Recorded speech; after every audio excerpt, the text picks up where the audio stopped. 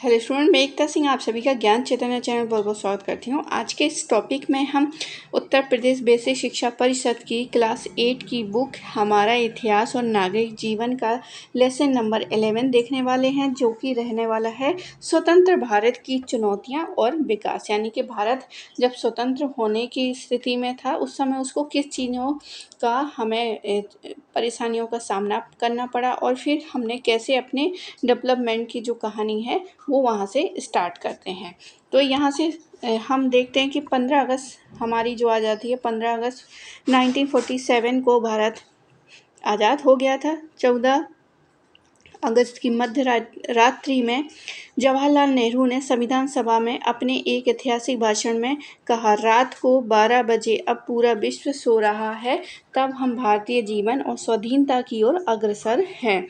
भारत की करोड़ों जनता का सपना अब सच हो चुका है, किंतु स्वतंत्र भारत के सामने अनेक समस्याएं और चुनौतियां खड़ी हो गई, जैसे कि तत्कालीन समस्या शरणार्थियों की समस्या, क्योंकि सिर्फ भारत आज़ाद तो हो गया था लेकिन आज़ादी भी हमें कब कैसे मिली थी? विभाजन, मतलब हमने अपना एक काफ़ी बड़ा हिस्सा जो है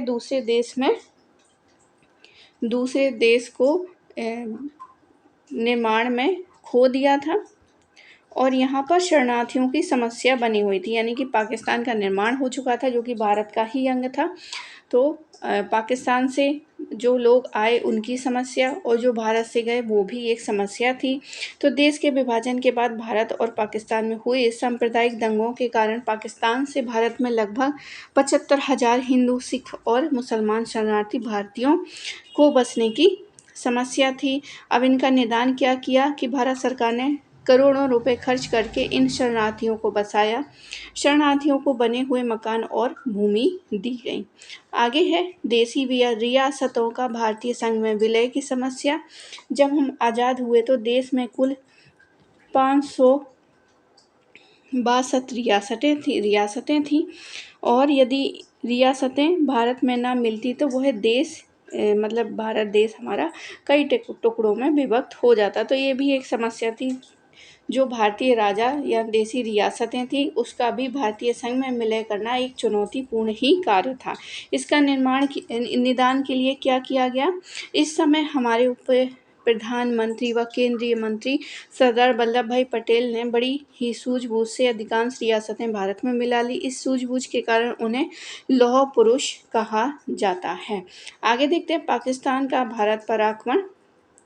तो स्वतंत्रता के तुरंत बाद पाकिस्तानी कबीलाइन और कश्मीर में धावा बोलकर 1/3 भाग पर अधिकार कर लिया। कश्मीर के महाराजा ने भारत में सम्मिलित होने की अपील कर देते हैं। अब इसका क्या निदान कि भारतीय जवानों ने कश्मीर से कबायलियों को खदेड़ दिया। कश्मीर भारत का अभिन्न अंग बन गया और कश्मीर का 1/3 हिस्से पर पाकिस्तान का आज भी अनधिकृत कब्जा हो गया।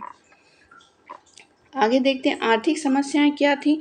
तो स्वतंत्रता के बाद कृषि की अच्छी स्थिति नहीं थी। हमारे देश के गेहूं और जूट उत्पादन के अधिकांश सिंचित क्षेत्र पाकिस्तान के हिस्से हो गए थे। देश में बढ़ती जनसंख्या के कारण खाद्यान्न की समस्या थी। गेहूं विदेश से आयात किया जाता था। निदान क्या किया गया? तो सरकार के लगातार प्रयास के कारण देश में खाद्यान्नों का उत्पादन बढ़ा। इसके लिए जमींदारी प्रथा को समाप्त कर दिया गया और काश्तकारों को भूमि दी गई। आज हमारे देश में खाद्यान्न दूसरे देशों को निर्यात भी किया जाता है। स्वराज की चुनौतियां देखते हैं। तो संविधान का निर्माण जो है करना एक चुनौती भरा था। 15 अगस्त सन 1947 के बाद भारतीय संविधान सभा एक प्रभुसत्ता संपन्न संस्था हो गई थी। अब इसे भारतीय संविधान का निर्माण करना था। निदान क्या है? भारतीय संविधान जो 26 नवंबर 1949 ईस्वी में बनकर तैयार हो गया।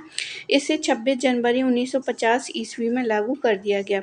इसके लागू होने के साथ ही भारत गणतंत्र देश हो गया। इसी प्रकार हम प्रत्येक वर्ष 26 जनवरी को गणतंत्र दिवस मनाते हैं। विदेशी उपनिवेशों के विलीनीकरण की समस्या। तो देश की स्वतंत्रता के बाद भी गोवा, दमन दीव और दादरा और नगर हवेली में पुर्तगालियों और पुडुचेरी में चंद्रनगर, माही और करिकाल में फ्रांस का कब्जा था। इसका निदान क्या किया गया? तो फ्रांस सरकार ने भारत के आग्रह पर 1954 में पांडिचेरी, चंद्रनगर, माही और करिक्काल तो सौंप दिए। पुर्तगालियों ने नौसैनिक कार्यवाही करने पर 20 सितंबर 1961 को गोवा, दमन दीव और दादर नगर हवेली सौंप दिए। अब कश्मीर से कन्याकुमारी तक समस्त भूभाग किसका अंग बन चुका था? भारत का अंग बन चुका था। अब तीसरा देखते हैं कि विकास की क्या क्या योजनाएं बनाई गई। तो स्वतंत्रता के बाद देश के सामने गरीबी, अशिक्षा, बेरोजगारी, सामाजिक आर्थिक विषमताओं से समाज को मुक्त कराने की समस्याएं गंभीर थी। निदान क्या किया गया?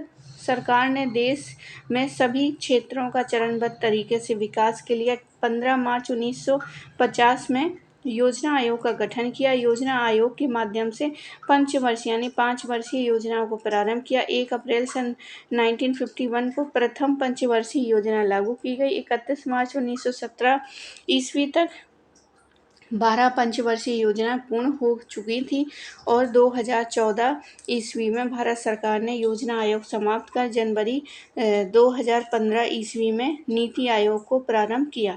इस आयोग के माध्यम से देश की विकास योजनाओं की रूपरेखा तैयार की जा रही है। तो ये थी कुछ महत्वपूर्ण जानकारी, यानी कि जब हम स्वतंत्रता प्राप्ति के बाद हमें किन किन चीज़ों का सामना करना पड़ा।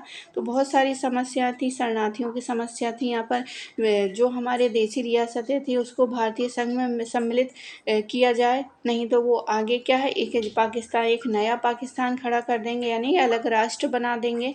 तो इसकी भी समस्या थी। और जो पाकिस्तान बना उससे जो लोग आए तो उसको बसाने, उनको सारी चीज़ें सुविधा देना, ये सारी चीज़ें समस्याएं थी। साथ ही आर्थिक, सामाजिक, ये सारी भी समस्याएं थी। तो इन सबको देखा और जो लड़ाई हुई हैं वो भी एक समस्याएं बनी हुई थी। तो यहाँ पर सारा हमारी समस्याएं शॉर्ट में दी गई हैं और यहाँ पर कुछ टर्मिनोलॉजी है उसको भी यहाँ पर देख लेते हैं। तो अग्रसर यानी आगे बढ़ता हुआ, विकासशील। अनाधिकृत मतलब जिस पर अधिकार ना हो। निर्यात मतलब निर्यात जो यहाँ से मतलब भारत से बाहर जाता है उसको निर्यात बोलते हैं। जब एक देश अपने यहाँ बने सामान को दूसरे देश में बेचता है तो उसे निर्यात कहते हैं। तो भारत में सूती वस्त्र बहुत अच्छा बनता था। इसी के प्रलोभन से क्या है, अंग्रेज यहाँ पर आए थे और तो यहाँ से क्या है, निर्यात होता था। सूती वस्त्र क्या होता था, निर्यात। और बाहर से जो है चीज़ें अगर भारत में आती हैं तो उसको आयात बोलते हैं। तो आई होप आपको ये वीडियो पसंद आया होगा। पसंद आया तो प्लीज़ लाइक करें, शेयर करें, सब्सक्राइब करें। मिलते हैं एक और वीडियो के साथ। आप पूरा वीडियो देखने के लिए आप सभी का बहुत बहुत धन्यवाद।